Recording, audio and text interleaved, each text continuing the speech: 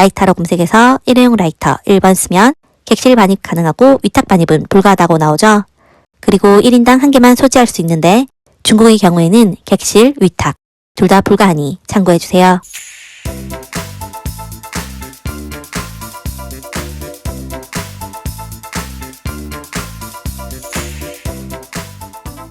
안녕하세요, 하비루비입니다.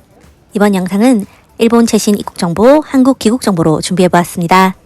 지난 10월 13일 대한항공 후쿠오카 입국 후기와 일본 입국 출국 시의 꿀팁들도 함께 정리해볼게요. 11월 기준 후쿠오카에 들어가는 비행편은 인천에서 22편, 부산에서 8편, 그리고 대구에서의 TA 1편까지 해서 매일 31편이나 왕복 운행을 하고 있는데요. 대한항공 부산 후쿠오카 편이 9월 27일부터 재개된 거라 조금 궁금하기도 했고 마침 시간대도 맞아서 대한항공 KE2137 18시 5분 출발 19시 정각 도착편으로 이용해보았습니다. 항공기 반입금지 물품 확인하는 법 하나 알려드릴게요.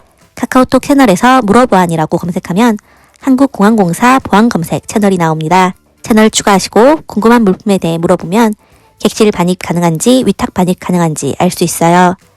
라이터로 검색해서 일회용 라이터 1번 쓰면 객실 반입 가능하고 위탁 반입은 불가하다고 나오죠. 그리고 1인당 1개만 소지할 수 있는데 중국의 경우에는 객실, 위탁 둘 다 불가하니 참고해주세요. 이번에는 고데기로 검색해볼게요.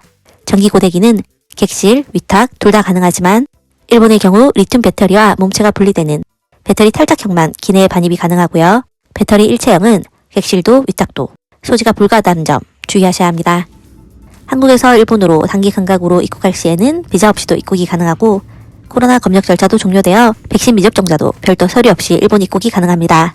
입국심사, 세관신고 두 가지 절차만 진행해 주시면 되는데 이 두 가지 절차는 코로나 이전과 동일하게 비행기 안에서 종이 서류를 작성하셔도 되고요.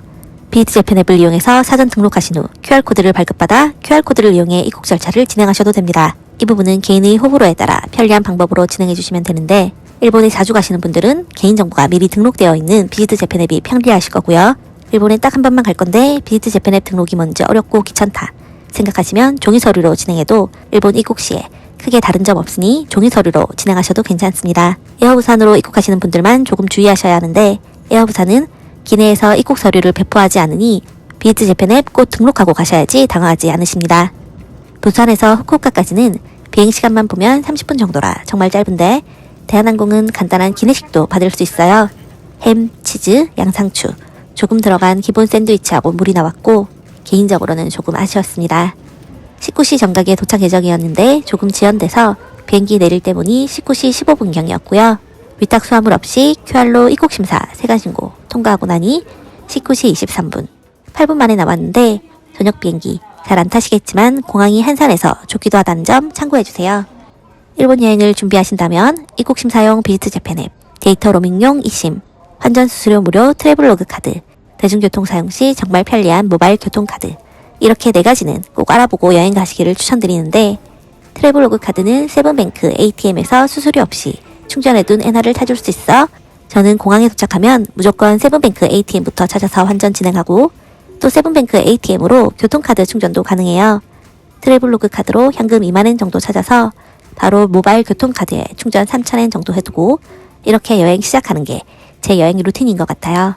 세븐뱅크 ATM은 나리타, 하네다, 칸사이, 후쿠오카 국제선 공항마다 다 위치해 있고요. 후쿠오카 공항의 경우 출국 게이트를 등지고 오른쪽 에스컬레이터 뒤편에 세븐뱅크 ATM이 있으니 참고해주세요. 후쿠오카 공항 국제선에서 하카타역으로 가시는 경우 시간대가 맞다면 공항에서 하카타 터미널까지 직행버스가 있으니 타시면 편리합니다. 투 하카타 라고 적힌 2번 터미널에서 타시면 되고 요금은 270엔이고 상큐 패스가 있으면 무료로 탑승도 가능합니다. 평일에는 녹색으로 표시된 부분의 버스만 다니고요. 토, 일, 공휴일에는 가운데 핑크색하고 오른쪽에 표시된 시간대의 버스만 다닙니다. 버스가 없거나 텐진 쪽으로 가신다면 국내선 터미널까지 무료 셔틀버스로 이동해서 국내선 터미널에서 지하철을 타시면 되는데 최근에 무료 셔틀 터미널이 건널목 건너편으로 이동했다고 하니 국내선 셔틀버스 타실 때 주의해 주시고요. 여행을 마치고 귀국 시에도 하카타역에서 후쿠오카 공항으로 이동하실 때 직행버스로 돌아오고 싶으신 경우 하카타 버스터미널 1층 11번 버스 승강장에서 타시면 됩니다. 사람이 많을 때는 원하는 시간대에 버스를 못 타고 그 다음 버스를 타야 하는 경우도 있으니 버스 시간표, 현지 영상 참고하셔서 차 한 대 정도 여유있게 버스 정류장에 오시기를 추천드립니다. 공항에는 2시간 정도는 여유를 두고 도착하시는 게 좋고요. 특히 일요일 저녁인 경우 2시간 반 전에 도착하시는 걸 추천드립니다. 공항에 도착하면 출국 속은 한국에서 일본으로 가실 때와 비슷한데 항공사 카운터에 가서 체크인하면서 위탁 수함을 보내고 입국 게이트 통과해서 보안 검사하고 출국 등록하면 면세 공간으로 오실 수 있어요. 후쿠오카에서 대한항공 탑승하는 게 오랜만이라 라운지에 방문해 보았습니다. 후쿠오카 대한항공 라운지는 다른 공항의 라운지에 비해 대기 공간만 있는 느낌이라 라운지 티켓에 여유가 있는 경우가 아니시라면 크게 추천드리지는 않습니다. 간단한 술과 요깃거리, 음료수 이렇게 있고 한밀은 따로 없으니 참고해 주시면 좋겠습니다. 2023년 10월 29일 기준 한국 귀국 절차 간단히 정리해 드릴게요. 한국 귀국 시에는 검역신고, 귀국신고, 세관신고 원래 이렇게 3가지 진행했었는데 2023년 7월 15일부터 코로나 관련 검역신고 의무가 해제되어 일본에서 귀국하시는 경우에는 검역신고 진행하지 않으셔도 됩니다. 세관신고도 2023년 5월 1일부터 신고할 물품이 있는 경우에만 작성하는 것으로 변경되었고요. 귀국신고는 따로 서류 작성하시는 게 없고 유인게이트, 무인게이트에서 여권 보여주고 통과하시는 거라서 일본에서 귀국 시에 세관신고가 없다면 작성하는 서류는 없다고 보시면 됩니다. 세관신고는 주류 2병 총 2000ml까지, 담배, 일반 담배 기준으로 10갑까지, 향수, 이온스 약 60ml, 그 외에 구매 합산이 $800까지가 면세 범위로 면세 범위를 초과하신 경우 세관신고 꼭 하셔야 하고요. 자진 신고하면 할인도 받으실 수 있으니 범위 초과하신 분들은 세관신고 진행하시기를 바랍니다. 이번 영상은 여기까지 준비해보았습니다. 여러분의 좋아요가 영상 제작에 큰 힘이 되니 영상 잘 보셨다면 좋아요, 구독 꼭 눌러주시고요. 즐거운 여행, 건강한 일주일 되세요. 시청해주셔서 감사합니다.